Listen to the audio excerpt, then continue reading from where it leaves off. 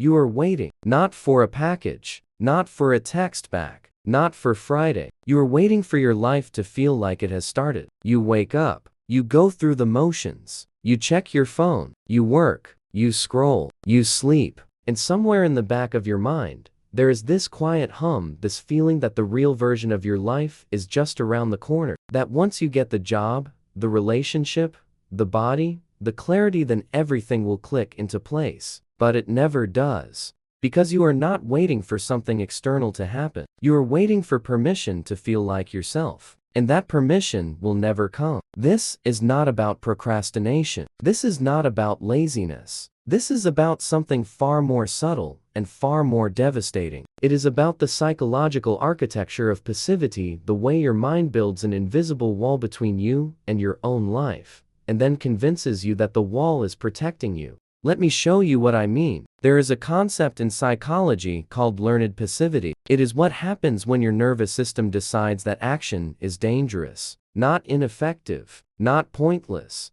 dangerous. Think back to childhood. You wanted something, you asked for it, you reached for it. And what happened? Maybe you were told no, maybe you were punished, maybe you were ignored, maybe you were made to feel greedy, needy, selfish for wanting anything at all. So your brain did what it does best. It learned. It said, wanting is unsafe. Acting is unsafe. The safest thing to do is wait. Wait for someone else to notice. Wait for someone else to give you permission. Wait for the moment when it is finally okay to take up space. And you have been waiting ever since. This is not a character flaw. This is a survival instinct. Your younger self was doing the smartest thing possible in an environment where autonomy was punished. But now, that same instinct is a cage. You are not waiting for something to happen. You are waiting to feel safe enough to make something happen. Here is the shadow part, the part no one talks about. Waiting feels noble. It feels patient. It feels mature. But underneath it, there is something else. There is control. Because if you never start, you can never fail. If you never choose, you can never choose wrong. If you never act, you can never be rejected, criticized, or humiliated. Waiting is not passive. Waiting is a strategy. It is your ego protecting itself from the terror of being seen and found lacking. You tell yourself you are waiting for the right moment, the right opportunity, the right version of yourself. But what you are really waiting for is a guarantee. A guarantee that if you step forward, you will not be destroyed. And life does not give guarantees. Let me ask you something. When you imagine your future, do you see yourself doing things, or do you see things happening to you? Do you see yourself choosing, building, creating, deciding? Or do you see yourself being chosen, being discovered, being saved? Because there is a difference. One is agency, the other is fantasy. And if you have spent your life waiting, chances are your entire vision of success is built around being picked, being noticed, being pulled out of obscurity by some external force that finally sees your worth. This is what psychologists call an external locus of identity. It means your sense of self is not located inside you. It is located in other people, in their approval, in their recognition, in their permission. You do not feel real until someone else makes you feel real. And so you wait. You wait for the partner who will validate you, the boss who will promote you, the friend who will reach out first. The moment when the world finally reflects back to you the worth you cannot feel on your own. But here is the truth. No one is coming. Not because you are unworthy, but because that is not how it works. Other people cannot give you a self. They can only reflect the self you already have. And if you are waiting for someone else to build that self for you, you will wait forever. There is a term in existential philosophy,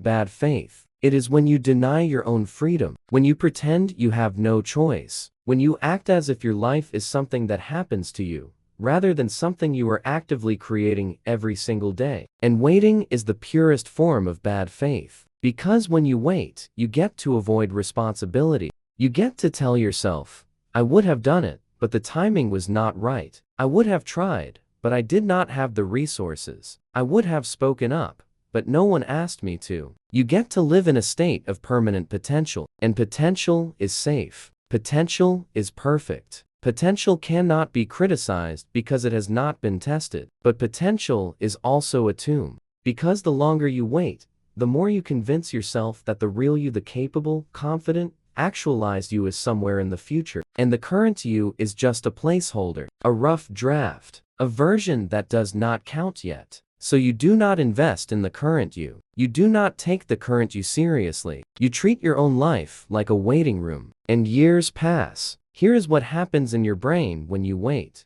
Your prefrontal cortex, the part of your brain responsible for planning, decision-making, and action, starts to quiet down. It learns that it is not needed, that its job is not to initiate, but to delay. Meanwhile, your amygdala, the part of your brain responsible for fear and threat detection, stays active. It scans the environment constantly, looking for signs that it is safe to move. But because you have trained it to see action as dangerous, it never finds that signal. So you stay frozen, not because you are weak, but because your brain has been conditioned to interpret stillness as safety. This is called chronic inhibition. It is what happens when your entire nervous system is organized around not doing, not wanting, not reaching. And the cruelest part, it feels like wisdom. It feels like patience. It feels like you are being smart by not rushing in, but you are not waiting for the right moment. You are waiting for a moment that feels risk-free, and that moment does not exist. Let me tell you what waiting costs you. It costs you time, obviously, but more than that,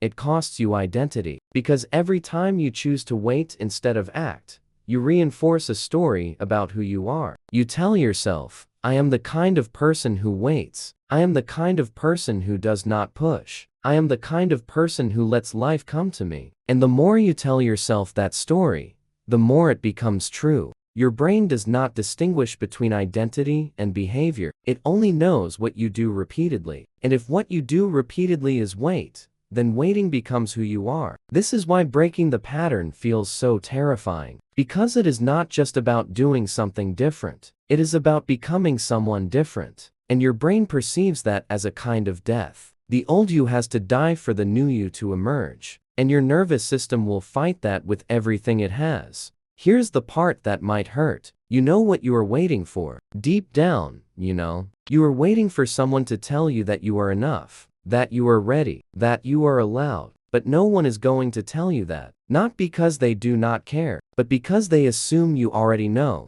Everyone around you assumes you are choosing your life. They assume that if you wanted something different, you would go get it. They do not see the invisible weight pressing down on you. The weight of every time you were told to be quiet, to be small, to not want too much. They do not see the learned passivity, the chronic inhibition, the bad faith. They just see someone who is not moving, and they assume it is a choice. But it is not a choice. It is a prison you have been living in for so long that you have forgotten it has a door. There is a concept in Jungian psychology called the unlived life. It is the version of you that exists in potential, but never in reality. The dreams you never pursued, the words you never said, the risks you never took. And Jung believed that the unlived life does not just disappear, it festers. It turns into resentment, bitterness, depression, a gnawing sense that you are not really living, just going through the motions. This is what waiting does to you. It creates an unlived life. And the longer you wait,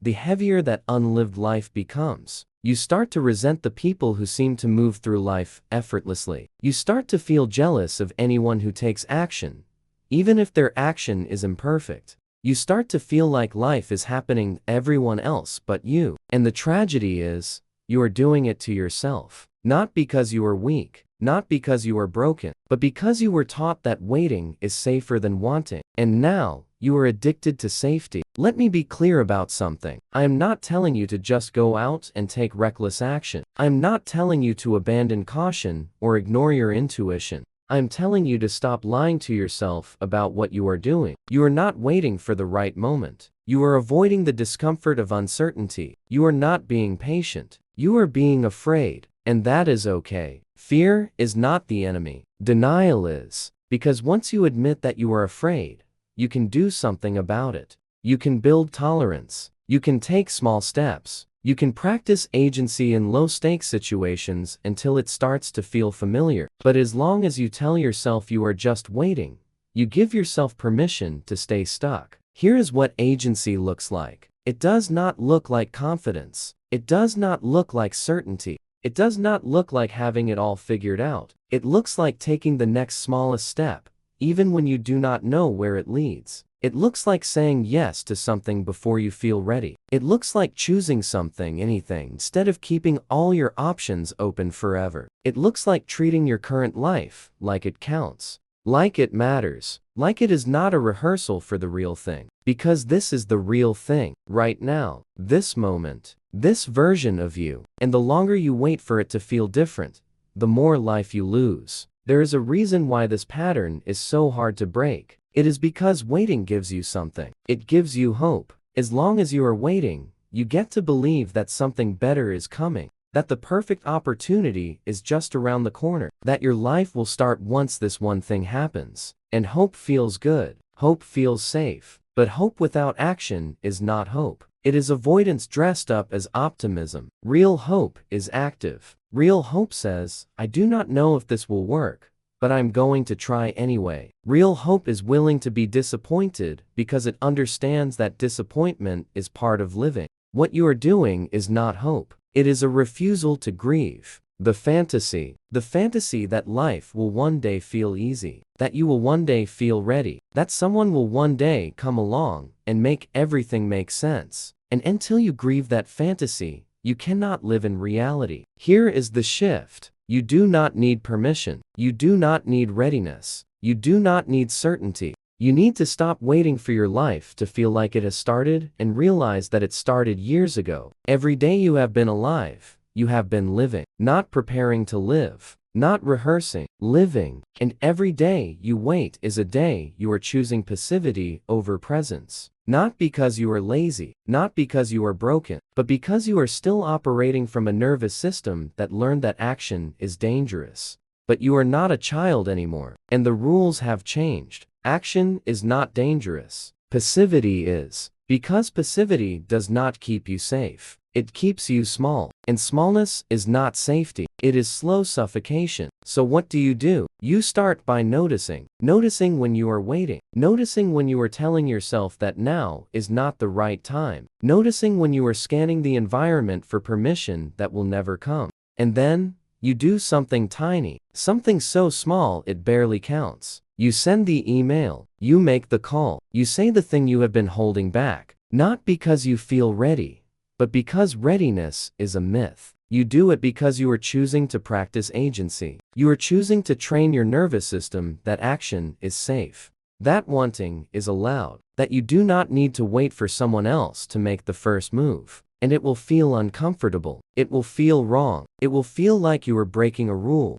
Good. That discomfort is the signal that you are doing something different, that you are stepping outside the old pattern, that you are choosing yourself instead of waiting for someone else to choose you. And the more you do it, the easier it gets. Not because the fear goes away, but because you build evidence that you can act in the presence of fear. You build proof that you do not need permission, that you do not need certainty, that you can choose and survive and even thrive. Here is the final truth. You are not waiting for something to happen. You are waiting for yourself to give yourself permission to live.